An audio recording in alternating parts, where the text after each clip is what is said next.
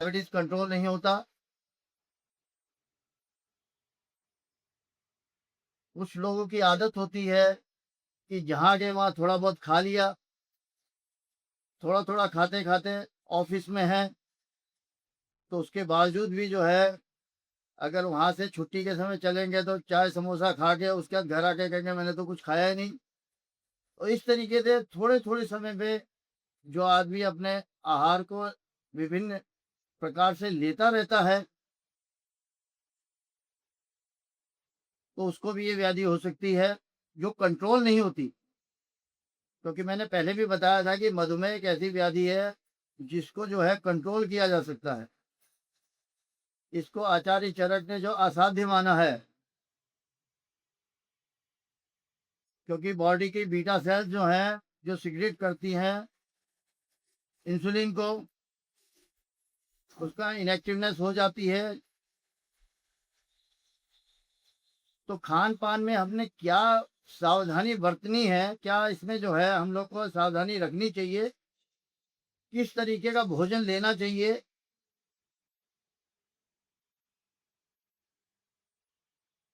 अगर आटे के बारे में बात करें तो गेहूं का आटा जो है शास्त्रों में लिखा है कि गेहूं का आटा कफ कारक है और हैवी माना जाता है। और प्रमेह मधुमेह का जो है बेसिक कारण जो है कफज व्याधि मानी गई है। तो लिहाजा लगातार जो है हम लोग गेहूं के आटे को इंटेक करते हैं, गेहूं की रोटी खाते हैं तो भी ये व्याधि जो है अनकंट्रोल रहती है। इसका ग्लाइसेमिक इंडेक्स बहुत ज़्यादा होता है। आटाओं में चर्चा करें तो ज्वार का आटा जो है ये लघु माना गया है इसका गुण, और रुक्ष माना गया है। तो ज्वार का आटा जो है इसका ग्लाइसेमिक इंडेक्स जो है कम होता है। रात्रि के समय में अगर हम ज्वार की रोटी खाते हैं तो हमारे लिए बेनिफिशियल है। ऐसी मड़ुआ है, मड़ुआ जो है ये मिलेट्स में आते हैं। मड़ुआ जो है वो अपने आप में उसकी बहुत ज़्यादा जो है हमारे स्वास्थ्य के प्रति जो है स्वास्थ्य के लिए बहुत ज़्यादा लाभप्रद है। मड़ुए को भी हम लोग प्रयोग कर सकते हैं। इसके अलावा रागी जिसको कहते हैं, रागी को भी प्रयोग किया जा सकता है, वो भी हमारे लिए बेनिफिशियल है। और आजकल जो है एक कंसेप्ट चल रहा है कि सब लोग कहते थे मल्टीग्रेन आटा खाते हैं।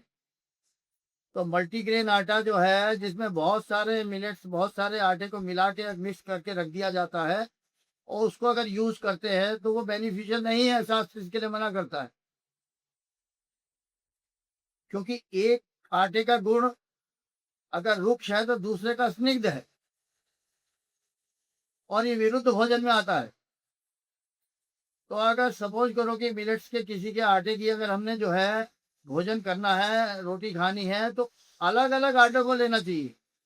ज्वार लेना है तो ज्वार को ही लेना है, अगर मड़ुआ खाना तो मड़ुए को ही खाना है,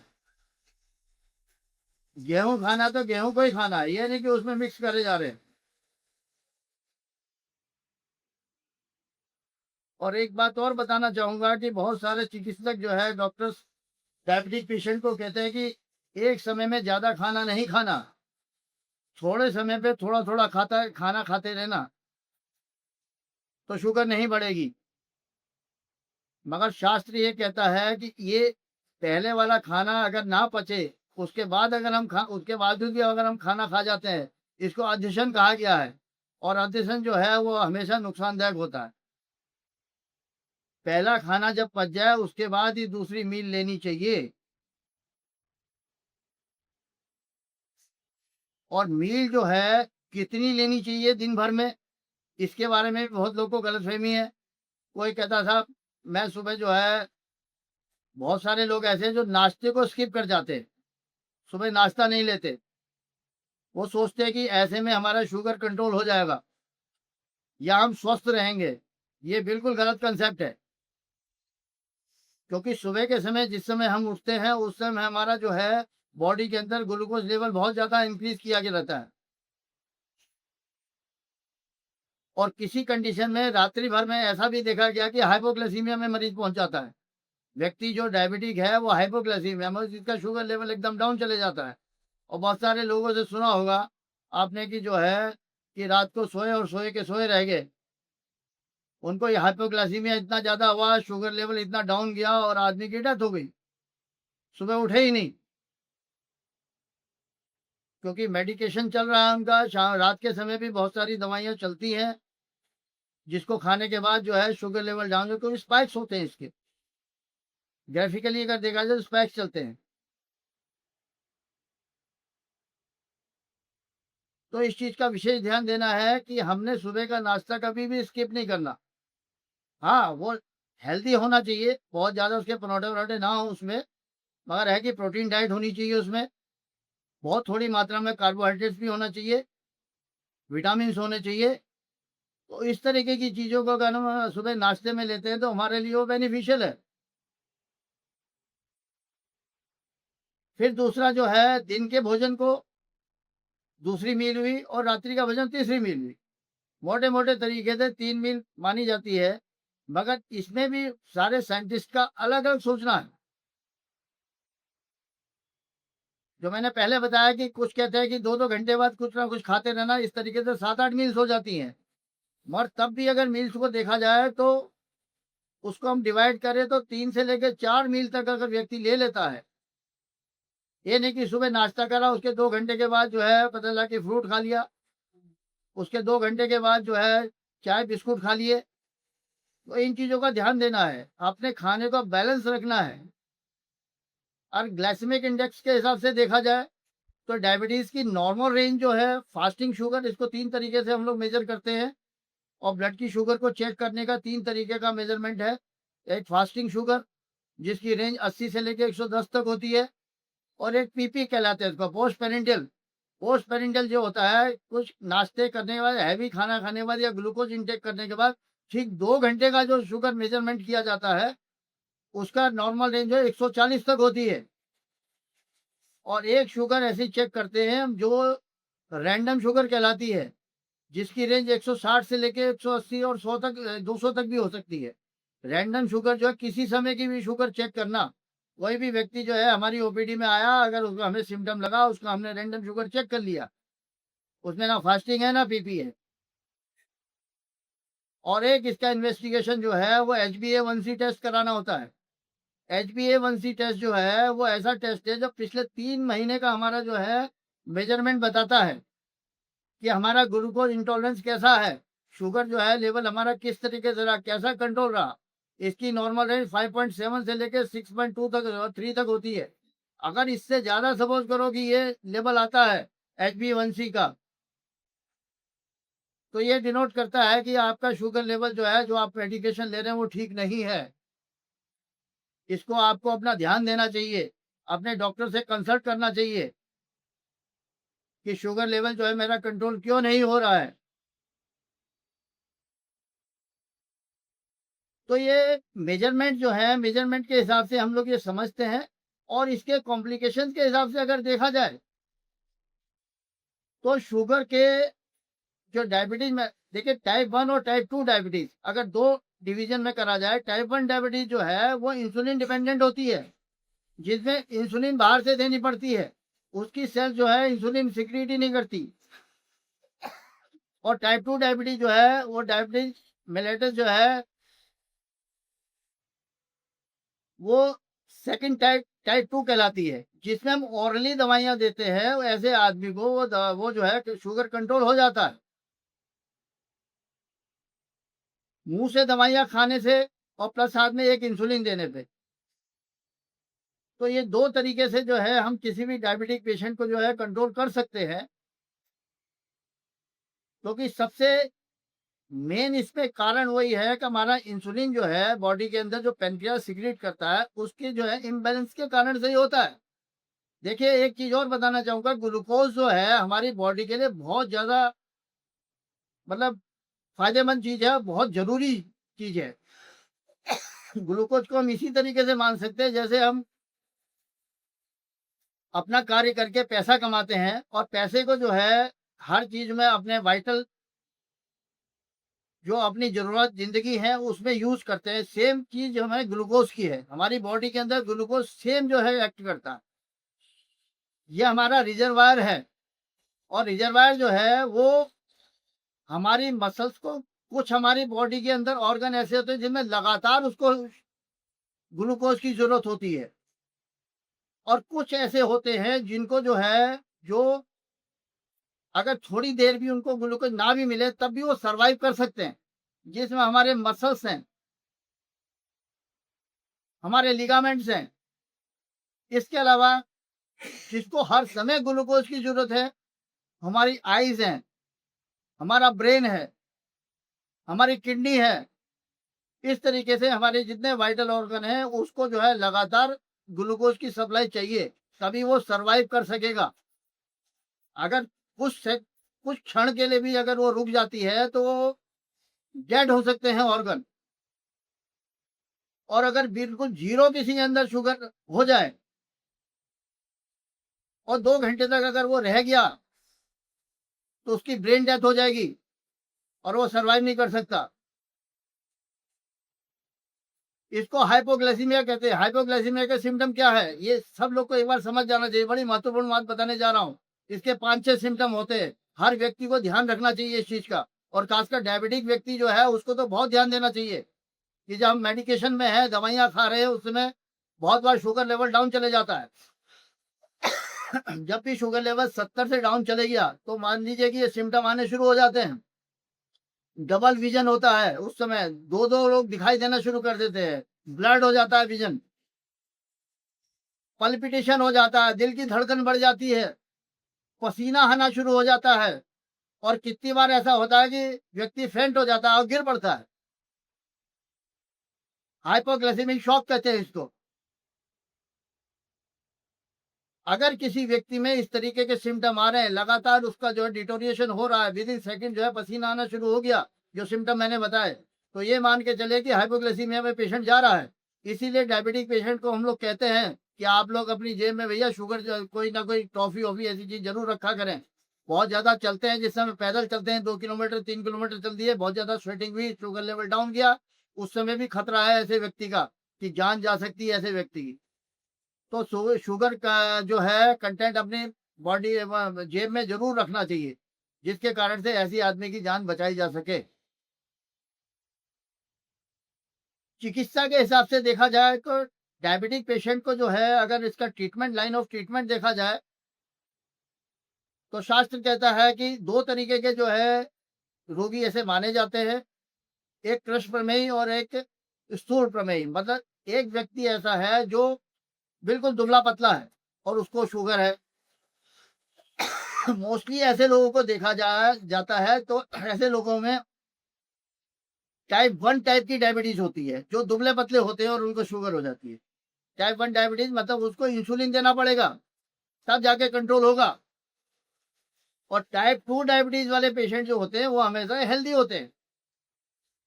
इसी तरीके से हम लोग समझते हैं कि बहुत ज्यादा अगर एकदम ऑल ऑफ सडन जो है किसी का वेट गिरना शुरू हो जाए, तो वो पेशेंट जो है उसका में शक जाता है कि ये डायबिटिक हो रहा है। आज से 1 महीना पहले कोई अगर व्यक्ति मिला है और 1 महीने के बाद अगर आप उसको देख रहे हैं और उसका एकदम शुगर मतलब जो है उसका शरीर बहुत दुबला पतला हो गया, तो ये खतरा रहता है कि उस पेशेंट को डायबिटीज डेवलप हो सकती है। तो चिकित्सा के हिसाब से अगर देखा जाए, उसका लाइन ऑफ ट्रीटमेंट देखी जाए, तो स्थूल प्रमेही और कृष्ण प्रमेही माना गया है। कृष्ण प्रमेही में जो है संतर्पण चिकित्सा करनी पड़ती है, और स्थूल प्रमेय में अवतर्पण चिकित्सा की जाती है, अगर पंचकर्मा के हिसाब से देखा जाए।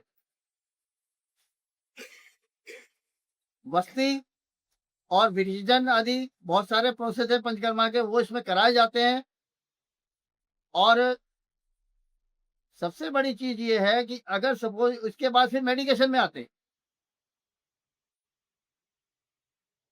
और एक बात और मैं और बताना चाहूंगा कि कोई भी अगर डायबिटिक पेशेंट है, कोई भी डायबिटिक व्यक्ति है या उसके घर में परिवार में कोई भी है, तो देखिए कि 2 चीजें होती है, एक रिवर्सल डायबिटीज और रिमेशन डायबिटीज।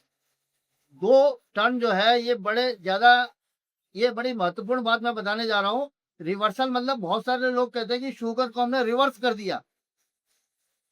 रिवर्स का मतलब ये हुआ कि शुगर को हमने अपने खान पान, हमने व्यायाम से, अपने बॉडी के हमने लाइफस्टाइल को चेंज करने से और जो है इस तरीके से जो भी हमने परहेज़ करे उससे हमने अपने शुगर लेवल को कंट्रोल कर दिया। और मेडिसिन जो है धीरे-धीरे मेडिसिन बंद कर दी। वो सोचते हैं कि रिवर्सल होने का मतलब है कि जो है कि ये हमारा डायबिटीज़ ठीक हो गया। ये गलत चीज़ है बिल्कुल। रिमिशन होना चाहिए। रिमिशन का मतलब ये होता है कि हमने अपनी लाइफ़स्टाइल को चेंज करा, अपने खान-पान को चेंज करा, चेंज करने के बाद जो है हमारा शुगर लेवल कंट्रोल हो गया और शुगर लेवल कंट्रोल हुआ तो हमने वो एक्टिविटी अपनी कंटिन्यू रखनी है, ना कि छोड़ देना है। हमने लाइफ़स्टाइल को जो चेंज किया था वो करना है। ये नहीं कि पता चला हमारा शुगर कंट्रोल हो गया, तो हमने पता चला कि उसके बाद कार्बोहाइड्रेट डाइट खूब लेनी शुरू कर दी। सोना बहुत इतना ज़्यादा कि 8-8 घंटे, 10-10 घंटे सोए चले जा रहे हैं, उठ ही नहीं रहे। या हमने एक्सरसाइज़ बिल्कुल बंद कर दी, योग प्राणायाम बिल्कुल बंद कर दिया। वो व्यक्ति को वो नहीं करना है, वो लगातार करते रहना क्योंकि उनको करने के कारण से ही ये कंट्रोल हुआ है, ना कि ये ठीक हुआ है। तो ये हमारी एक्टिविटी जब तक हम लोग कंटिन्यू रखेंगे तभी हम लोग इसमें इस व्याधि से बच सकते हैं, इसके कॉम्प्लिकेशन से बच सकते हैं, क्योंकि इसके बहुत ही खतरनाक कॉम्प्लिकेशंस है। पेरिफेरल न्यूराइटिस सबसे मेन कॉम्प्लिकेशन है। दूर की नाड़ियाँ कमज़ोर हो जाती हैं, झंझनाहट होनी शुरू हो जाती है पैरों में। बहुत सारे पेशेंट आते हैं, साहब पैर के तलवे जल रहे हैं हमारे, ऐसे कहते हैं बात। इसको पेरिफेरल न्यूराइटिस कहते हैं। इसके अलावा रेटिनोपैथी, आँख से दिखना बंद हो जाता है। हमारे पर्दे में रेटिना जो है, उसमें सूजन आ जाती है, उसको रेटिनोपैथी कहते हैं। रीनल फेल्योर में चले जाता है मरीज़, किडनी फेल हो जाती है वैसे डायबिटिक पेशेंट की, जो अनकंट्रोल्ड डायबिटीज़ रहते हैं। और सबसे खतरनाक जो है डायबिटीज़ का जो कॉम्प्लिकेशन है, वो हार्ट अटैक है। इसलिए शुगर को किसी भी तरीके से कंट्रोल करना ही करना है। अगर नहीं करा गया, बल्कि एक बार मैं और बताना चाहूँगा कि एक बार को हाइपरटेंशन जो अनकंट्रोल्ड ब्लड प्रेशर है, अगर वो उसके कारण से इतने इंसिडेंसेस ऑफ एमआई के अटैक जो हार्ट के अटैक नहीं होते, जितने डायबिटीज अनकंट्रोल से होते हैं। ये मुख्य कारण है हार्ट अटैक होने का। इसलिए डायबिटीज कंट्रोल में रखना ही रखना है, नोट कर लीजिए। अपनी लाइफस्टाइल को चेंज करना ही करना है। सुबह योग प्राणायाम करना ही करना है। मस अर्ध मत्स्येंद्र आसन करना ही करना है। मंडूक आसन करना ही करना है। अनुलोम विलोम करना ही करना है। भस्त्रिका प्राणायाम करना ही करना है। अपने शरीर के लिए सिर्फ 2 से 1 से लेके 1.5 घंटा ज़रूर लगाना है। ब्रिस्क वॉक करनी है आपने। आधा घंटा कम से कम घूमना है। 3500 स्टेप ज़रूर कंप्लीट करने हैं। आपकी कार्डियक हेल्थ को ठीक रखता है। आपके डायबिटीज़ को कंट्रोल करेगा। इस तरीके से जब तक हम अपने लाइफ़स्टाइल को चेंज नहीं करेंगे, तब तक इस व्याधि से निजात नहीं पा सकते। ये मेरा चैलेंज है। पिछले 32 साल से मैं भी मरीज़ देख रहा हूँ। और जो है इन चीज़ों को फ़ॉलो करता है और वो जो है बिल्कुल बहुत स्वस्थ रहता है। वरना डायबिटीज़ जो है वो अपने आप में बहुत ज़्यादा खतरनाक बीमारी, मैंने पिछली बार कहा भी था कि जिस हिसाब से हर तीसरे घर में आजकल डायबिटीज़ हो रही है, तो सन 29 में जाते-जाते अपना देश जो है वो बुरी तरीके से ग्रसित हो जाएगा इस चीज़ से। और ये एक बहुत ज़्यादा गंभीर समस्या है। मेडिकेशन के हिसाब से देखा जाए तो दवाइयों में खासकर एक चीज़ मैं बताना चाहूँगा, और दवाइयाँ बहुत हैं। अगर एलोपैथ साइड पे जाएँगे तो बहुत सारे उसके ग्रुप्स हैं जो लोग देते हैं। बाद उसके जो है मेटफॉर्मिन्स हैं, उसके बहुत ज़्यादा, मतलब उसको बहुत ज़्यादा इलैबोरेट नहीं करूँगा मैं। ग्लेप्टिन्स वगैरह ग्लेप्टिन्स दिए जाते हैं, इस तरीके से सल्फोनिल यूरिया है वो दिया जाता है। तो ये तो चिकित्सा का विषय है, चिकित्सक बताएगा आपको कौन-सी दवाई सूट करती कौन-सी। मगर एक आयुर्वेद के हिसाब से मैं दवाई बताना चाहूँगा, वो आदमी अगर नॉर्मल भी यूज़ करे तो वो उस दवाई व्याधि से बच सकता है। और क्योंकि शुगर हो गई तो एक है निशा अमल की योग, मतलब निशा कहा गया हल्दी को और अमल की कहा गया आंवले को। ये 2 चीज़ों के चूर्ण को लेके हम थोड़ा-थोड़ा अगर लेके सुबह के समय, तो हल्के शहद से अगर इसको चाट लेते हैं तो इस व्याधि को कंट्रोल किया जा सकता है। तो निशा अमल की जो है चूर्ण जो है इसको आदमी खुद कर सकता है, अपने घर में बना सकता है। आंवला मार्केट में, आंवला आजकल सीजन में नहीं है, जब आएगा। इसके अलावा आंवला जो है उसका चूर्ण मिलता है बाजार में। और हल्दी को हम लोग घर में पीस सकते हैं। ये दो एक आध चीज़ ऐसी है जो मैंने बताई है। इसके अलावा जो है दवाइयाँ तो इतनी सारी है कि पूरी लिस्ट है। तो 400-500 दवाइयाँ है कम से कम इसकी जो अलग-अलग समय पे अलग हिसाब से दिया जाता है। और पंचकर्मा जो है इसका जो है मेन है जिसके कारण से हम इसका बचाव कर सकते हैं। इतनी बात कह के जो मैं विषय अभी और लंबा था मगर मैं समय मुझे अलाउ नहीं कर रहा है। मैं अपनी वाणी को विराम देता हूँ और सूचनाओं के परिप्रेक्ष्य में मैं बात बताना चाहता हूँ कि मैंने पिछली बार भी बता